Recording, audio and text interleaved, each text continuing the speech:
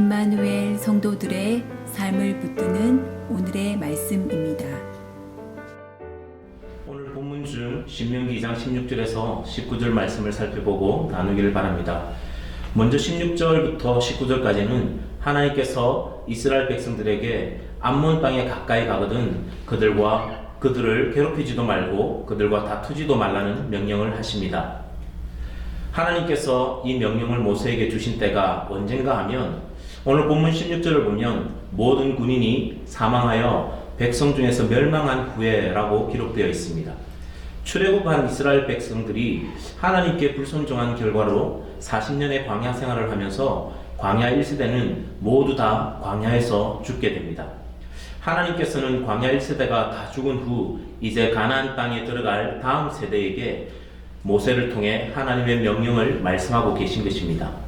그 명령이 16절에서 19절 사이에 나타나 있는데 그 명령은 너희들이 오늘 아르를 지나갈 것인데 그곳을 지나다가 암몬 족속에게 이르더라도 그들을 괴롭히지도 말고 다투지도 말라는 명령을 하십니다.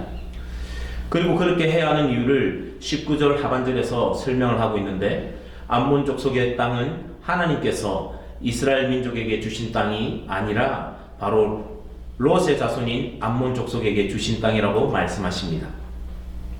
다시 말하면 암몬 족속이 살고 있는 그 땅은 하나님께서 주신 땅이니 건들지 말고 그냥 지나가라는 것입니다.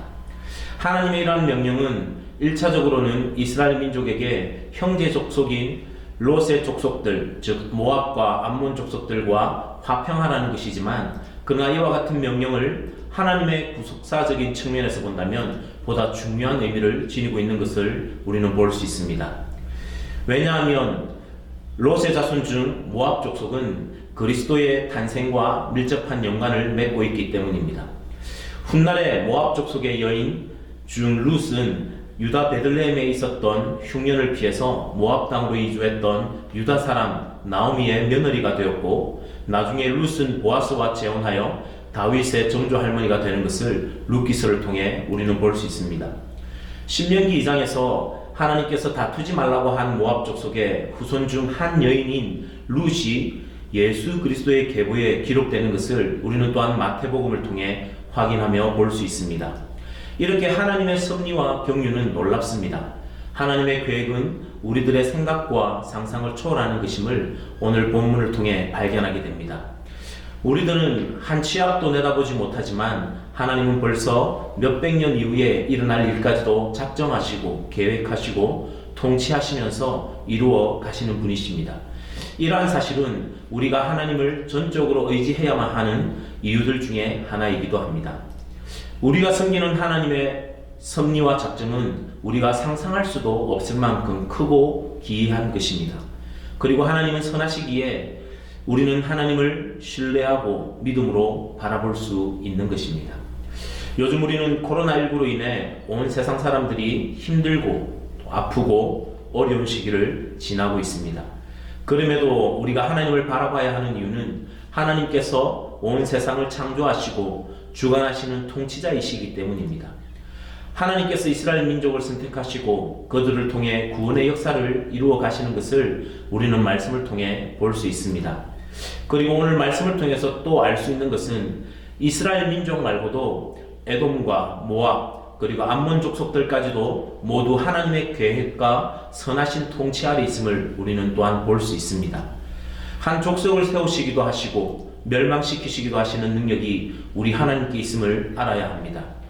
우리가 지금 겪고 있는 이 코로나19 상황으로 인해 수많은 이들이 가족을 잃고 아픔과 고통을 당하고 있으며 경제적으로도 어려움을 겪기 시작했습니다.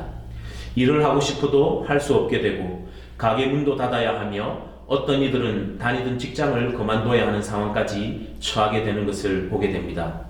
정말 힘들고 어려운 시기이지만 우리 다 같이 하나님을 바라봅시다. 그리고 우리가 처한 이 상황을 하나님께 맡기고 우리는 기도의 자리로 나아갈 수 있기를 바랍니다.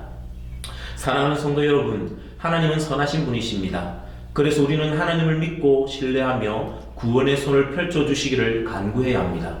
하나님은 그의 백성들이 고통당하는 것을 기뻐하시며 바라만 보고 계시는 분이 아니십니다.